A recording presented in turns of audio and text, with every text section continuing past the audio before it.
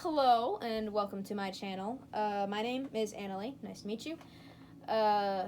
This channel is called Multo Rurum, which means many things in Latin, which is what I'm going to be talking about. Many things.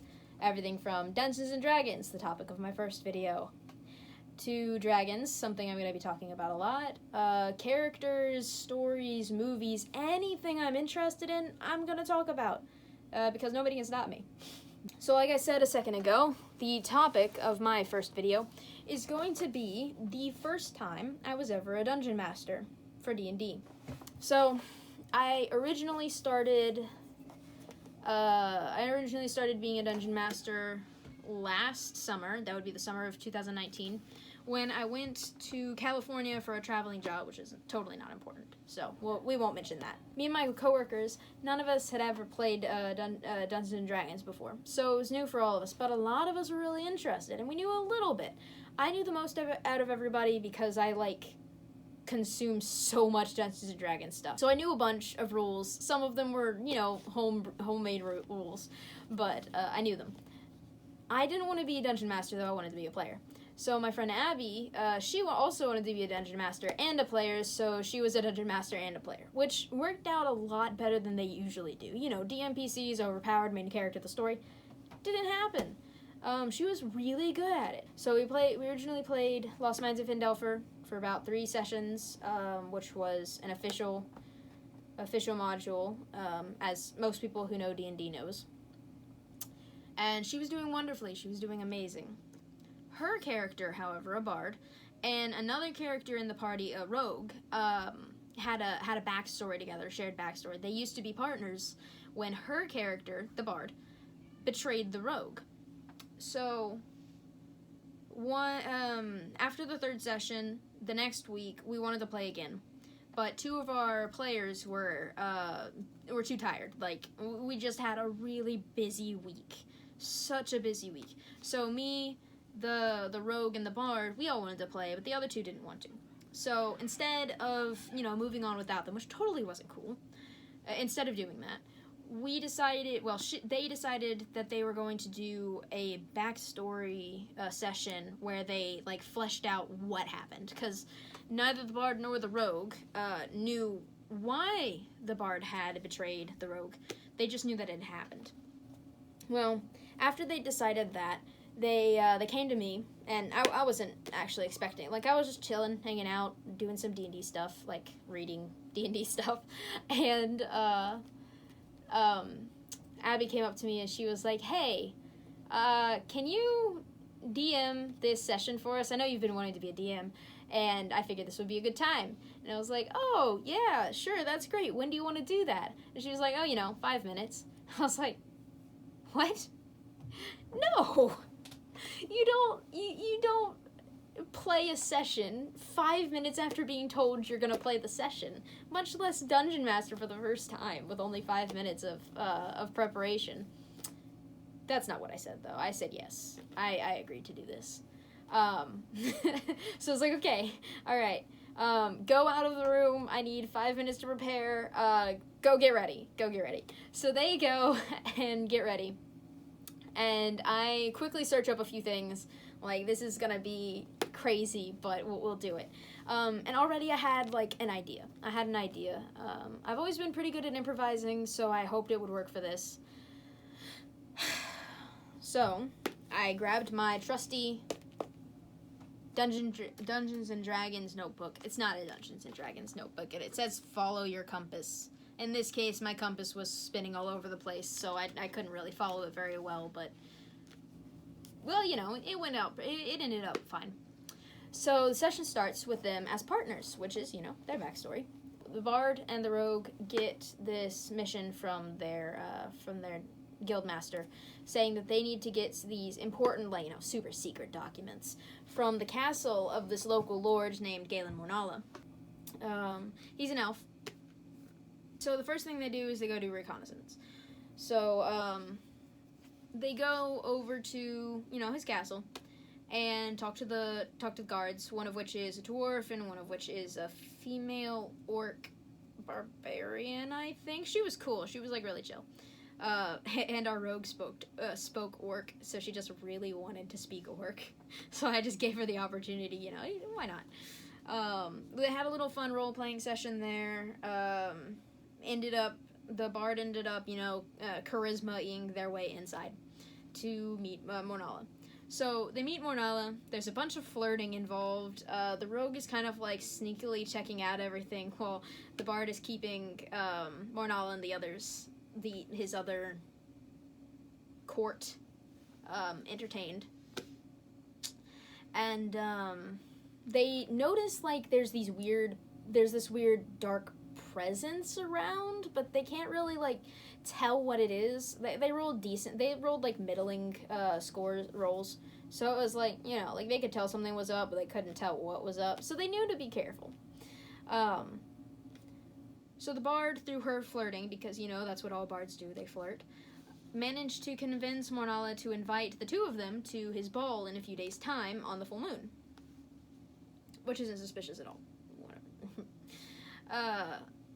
So they agree, and then they leave. And then they start asking the guards and the townsfolk and, like, all kinds of people, like, hey, what do you know about this guy? You know, what's his story? Where's he from? What is he? He's an elf. That's, you know, that's what everybody's saying. Well, you know, he's an elf. He's a lord. He's handsome. They get a few weird rumors. Rumors that townsfolk go missing sometimes. Rumors that there have been lots of wolves heard around the estate, but never seen. And that he always secludes himself on the full moon. Pretty suspicious stuff. Yeah, pretty suspicious. But they jump to conclusions. Now, granted, it's a pretty logical conclusion, but they did jump. So they started preparing, because they are certain that he is a werewolf, and since the ball is on the full moon, obviously he's going to turn into a werewolf. So they go to the blacksmith, they get some silver weapons. Money's not an issue. It's my first time DMing. I don't have a concept of what the economy's like. They have plenty of gold. So they get silvered weapons. They go to the potion shop and find Wolfsbane, which is a homebrewed thing I came up with that just, like, you know, helps against werewolves, which was on the shelf along with a million other things. I was not railroading them, I swear. I knew about it, and I did not want to railroad. So they got Wolfsbane, they got some healing potions, and they got this one called Essence of Silver, which I didn't tell them what it did, but they bought it anyway. Frankly, I have no idea what it does. I still don't know. They never used it, so I never figured out what it was gonna be. I just was like, oh, super mysterious potion. I figured it would just be funny depending on whatever they did.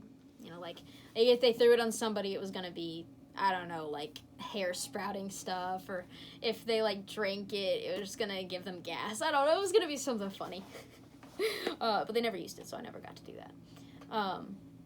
Anyway, so they prepare, and the night of the ball comes, and they go to the ball. Immediately they split up. The rogue goes to look around the castle, you know, as rogues do. And the bard goes to flirt with Mornala a bit more, just, you know, see what they can do, see what they can get. So she brings him out to the garden, you know, all flirty-like. And, as they're staring into each other's eyes, the full moon begins to rise. And for a second, she's like, oh, she's preparing her loot. I don't remember what she had as a weapon. I think a rapier. She's preparing for an attack, you know, because he's about to turn into a werewolf.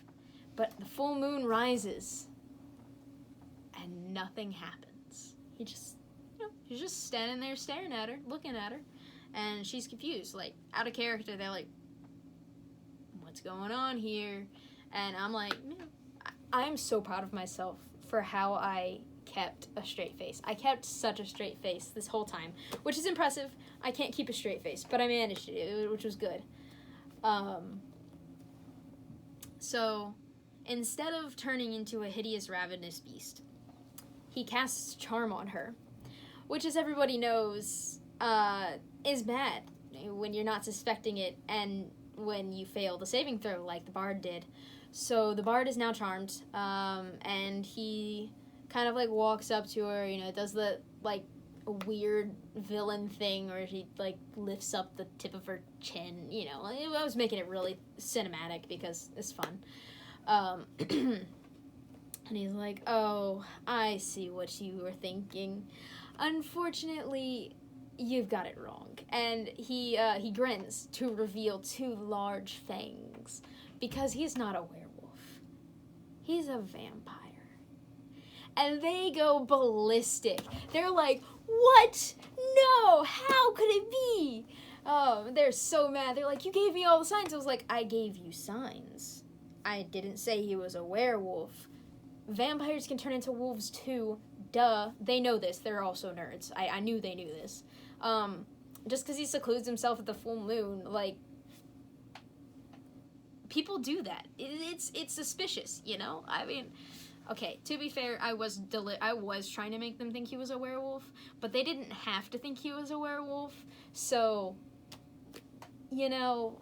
anyway, they loved it. They were having so much fun. So the bard is about to be turned into a vampire out in the garden. Meanwhile, the rogue, who has no idea this is happening, by the way, like, they send messages back and forth occasionally. She has arcane trickster archetype, obviously. Who doesn't when they're a rogue? So they're sending messages back and forth like, hey, how you doing? Hey, what's going on? And as far as the rogue knows, Bard's doing fine. Bard's distracting Mornala. Everything's good. So the rogue is in his room, like, searching through all his documents. She can't find anything. And then she finds a trap door and goes down there and starts looking around. And does find the documents. She's trying to contact her friend, like, hey, I found the documents. Let's get ready to go. Let's do this. Meanwhile, so that's what the rogue's doing, right? She turns around to leave out of the room, to get out, find her friend, and leave, leave the whole thing. She gets out, she turns towards the trapdoor, and standing there isn't Mornala, no, because he's with the bard, obviously. It's this, like, shadow creature thing. It's just this indiscriminate shadow beast thing just standing there, right? She's like, ugh, what do you, as one does. And then there's another one behind it, and then another one comes down, another one. So she's now trapped. She's now trapped with all of these things. As of right now, they're not hostile. They're just standing there blocking her way. She doesn't attack them. They're not attacking her. It's a standoff. Back with the bard. The bard and Mornala are now walking back to the castle. She's still charmed. I think she's failed 2 wisdom saves at this point. So she's still charmed. I know it only lasts a minute, but for cinematic reasons, it continued. They weren't in combat, so give me a break. It was my first time, Anyway, so she's still charmed. They go into his room, and he does this, like, he walks through, the shadow creatures move aside for Mornala and the bard coming behind her, and goes like,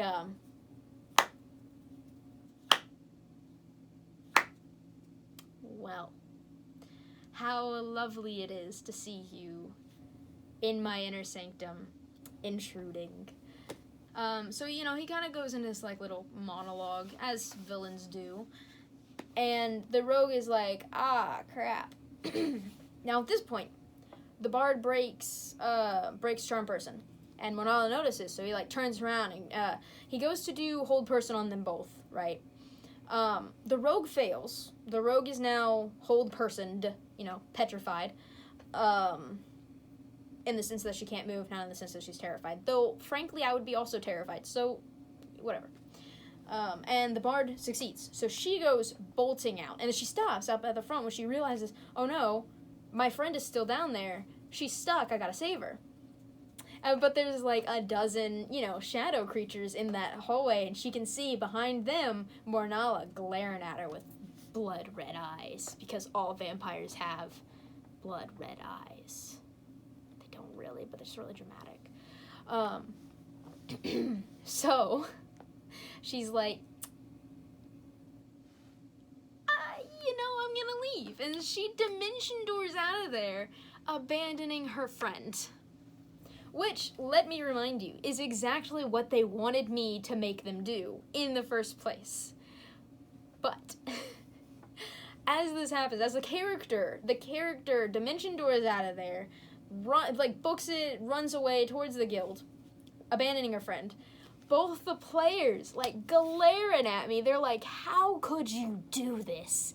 I knew we asked you to do this, but why did you do it anyway? And I was like, oh, well, this is what you get for leaving me 5 minutes to prepare.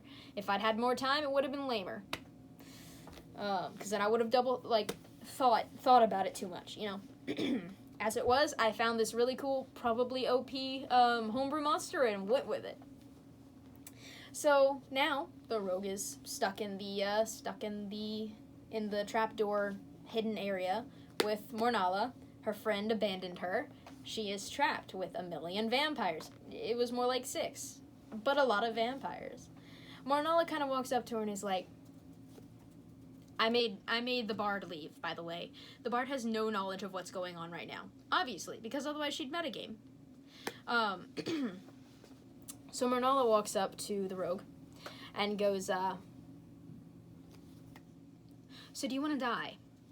And the rogue, who is currently hold-personed, kind of telepathically, because, you know, vampires can read minds, goes like, no, thank you, nope. And then Mornalla asks, do you want to be a vampire? And she's like, no, I really don't. Please let me go. I'm so sorry. I'm sorry about all of this. Please let me go.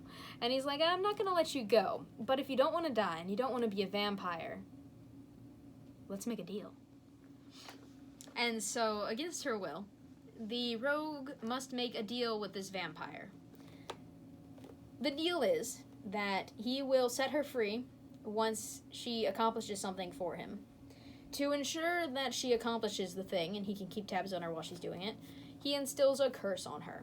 The curse entails, 1, she can't talk about the curse, which is, like, a baseline rule for all curses, as everybody knows, because curses are mainstream.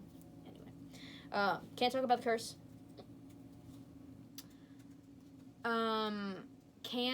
She's bound to him, so, like, at any point, at any time, he can, like, hurt her, you know, all magically from a distance, and he can communicate with her.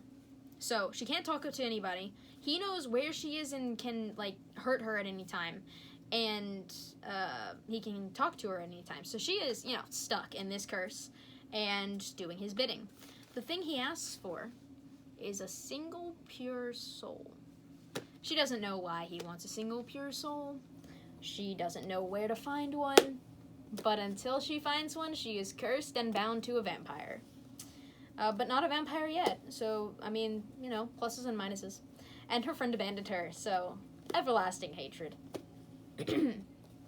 Now, that was their backstory, that session. And from that story, they were so mad at me for what I'd done that they insisted I was the dungeon master for every single session after that. The entire campaign, I became the dungeon master instead of my friend. Because, like, they were like, that's terrible, that's amazing, we want you to dungeon master. So, this book, which I mentioned earlier, is all of my campaign notes for that campaign. It only lasted for the summer. Well, technically it's still ongoing, but we're from all over the country, so we can only meet on Discord. It's got, let's see what I've got. It's got, session notes, like preparations, you know, DCs, places. It's got royal crests, because they went to go help this Leaflin royal family. I don't know if that's backwards on the, recording or not, but I was pretty proud of it, because I tried to make it, like, 1,000,000 times. As you can see, that's only one page of my in iterations. I spent pages on it. This is a really, really bad drawing of Leaflin Castle. The crest, the family, obviously. And, like, I had all their information. I had some maps in here. So, technically, we're still not done. They still haven't found Mornalla. gotten a pure soul, which nobody but the rogue and myself knows about, by the way. The bard was like constantly asking me like, what was the curse? What's the curse? What's going on? And I was like, nope, can't tell you. Nope, can't tell you. So she still doesn't know it. It's so funny because every now and then she'll text me. She'll be like, what was that curse, by the way? And I was like, no, we're not done. We're gonna play again someday. We were gonna play again over break, but I got really sick right before we were scheduled to meet up online, so I couldn't do it, unfortunately. But we will someday. I have a few other fun stories from the sessions once I was a dungeon master, and before, actually. I have a really fun story involving a gelatinous cube, gelatinous cube, and my character. Anyway, I have a bunch of other stories from that campaign, from a campaign that I'm a player in currently, from a one-shot that ended up being like a 3-shot, with some family and friends. Yeah, I've got a bunch of Dungeons and Dragons stories, which I intend to, be doing. Yeah, so this is my first video. I hope I didn't ramble too much. Hope it was somewhat entertaining. Thank you for sticking out this long, if you have. And as much as I always hate it on YouTube videos whenever somebody says like and subscribe, since this is my channel, I have to say it. So please like and subscribe. I just motioned here. I know it's below, but I can't remember where it is. I think it's here ish. So go do that. No, wait, the like is here and subscribe is here. Yeah, there we go. That works. So like and subscribe, and thank you for watching.